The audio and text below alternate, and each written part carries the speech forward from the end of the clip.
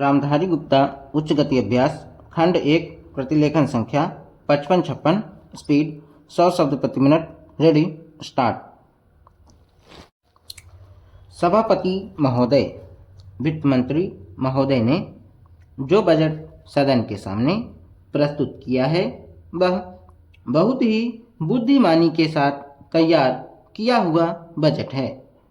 उन्होंने कोशिश यह की है कि अमीर और गरीब कोई भी कर से बच ना पाए, लेकिन उन्होंने उद्योगपतियों को थोड़ी सी छूट भी दी है। जो बड़े बड़े पूंजीपति लोग हैं उनको कर से कुछ मुक्त किया है, कुछ सुविधाएं दी हैं। मैं नहीं समझ पाया हूँ कि ऐसा उन्होंने क्यों किया है। वह जो चाहेंगे उसको करेंगे, लेकिन मैं भी जो सोचता हूँ उसको आपके सामने रखना चाहता हूँ। इस विषय पर 3-4 दिन से चर्चा हो रही है। मैंने उसको सुना है। इस या उस पक्ष के किसी भी माननीय सदस्य ने यह निवेदन नहीं किया है कि खाद और पंपिंग सेट के ऊपर जो कर लगाया गया है वह उचित है। सभी ने यह कहा है कि उसको माफ़ कर दिया जाना चाहिए। जब सारे सदन के लोग, सभी प्रतिनिधि एक आवाज़ से कहते हैं कि खाद और पंपिंग सेट के ऊपर कर न लगाया जाए, तो मैं समझता हूँ कि उनको इस बात को मान लेना चाहिए। ऐसी कोई बात नहीं की जानी चाहिए जिससे किसान रुष्ट हों, उनके उत्पादन में बाधा पड़े। भारत गांवों में बसता है। 80% लोग गांवों में रहते हैं। हम गांधी जी के विचारों का अनुपालन करते हैं। गांधी जी ने जो कुछ भी कहा गांव के लोगों के लिए ही कहा, ग्रामीण जनता के लिए कहा। उन्होंने गांवों के लोगों को उठाने की बात कही।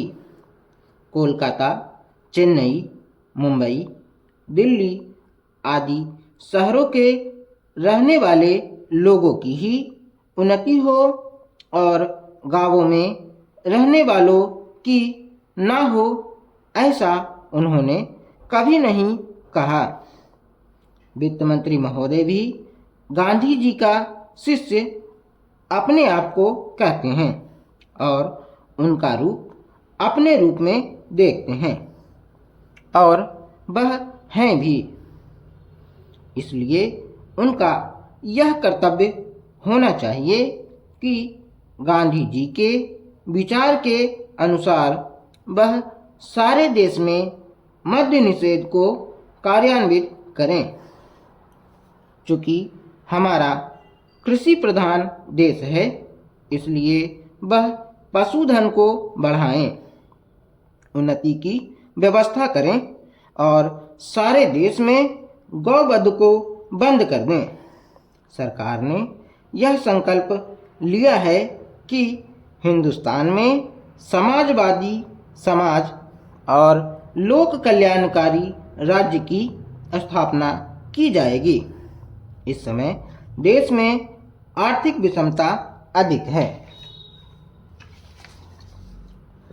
सभापति महोदय, एक व्यक्ति की आमदनी 3-4 आने और दूसरे की 10-20 हजार रुपये है।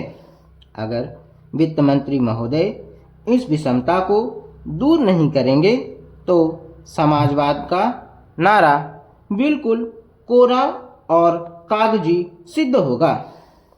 इस देश में 8-10 करोड़ हरिजनों का एक ऐसा वर्ग है जिसकी आर्थिक स्थिति बहुत गिरी हुई है।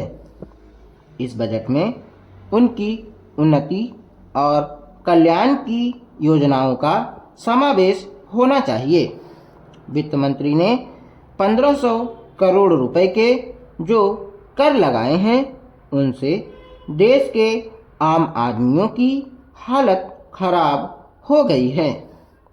मुझे इस बात की बड़ी प्रसन्नता है कि योजना के अंतर्गत देश में विकास कार्य हो रहा है और अब हम इस दिशा में जो कुछ कर पाए हैं वह प्रशंसनीय है।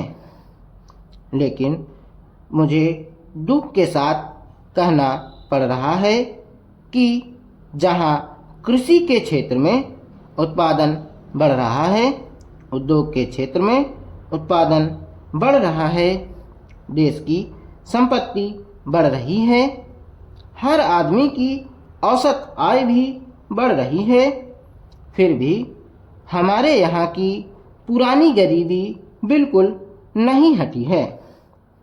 मैं समझता हूँ कि यह इस सदन के लिए और सरकार के लिए विचार करने का विषय है कि क्या कारण है कि जब हम 55 वर्ष से अपने देश की गाढ़ी कमाई का रुपया और दूसरे देशों से कर्ज लेकर बड़ी बड़ी रकमें देश के विकास के लिए खर्च कर रहे हैं और देश में धन भी पैदा हो रहा है, तब भी देश में जो लोग गरीब हैं उनकी गरीबी दूर नहीं हो पा रही है। क्या यह आश्चर्य की बात नहीं है? मैं समझता हूँ कि इस पर विचार किया जाए। यह ठीक है कि हम समाजवाद के रास्ते पर जा रहे हैं, लेकिन समाजवाद के रास्ते पर ठीक ठीक चलें तो भी हम यह अनुमान नहीं लगा पाते कि कितने वर्षों में हमारे देश की गरीबी दूर होगी। यह ठीक है कि हम योजना के तरीके पर काम कर रहे हैं, लेकिन इस बात को देखने की आवश्यकता अब पैदा हो गई है कि देश में जो धन पैदा होता है वह कहाँ जाता है। इतनी प्रगति होने पर भी हम देखते हैं कि गरीबी दूर नहीं हो पा रही है। गरीबों को खाने के लिए अन्न नहीं मिलता, पहनने के लिए कपड़ा नहीं मिलता। इसका क्या कारण है? यह गंभीरतापूर्वक सोचने की बात है। यह समस्या समाजवाद का प्रस्ताव पास करने से ही हल नहीं होगी।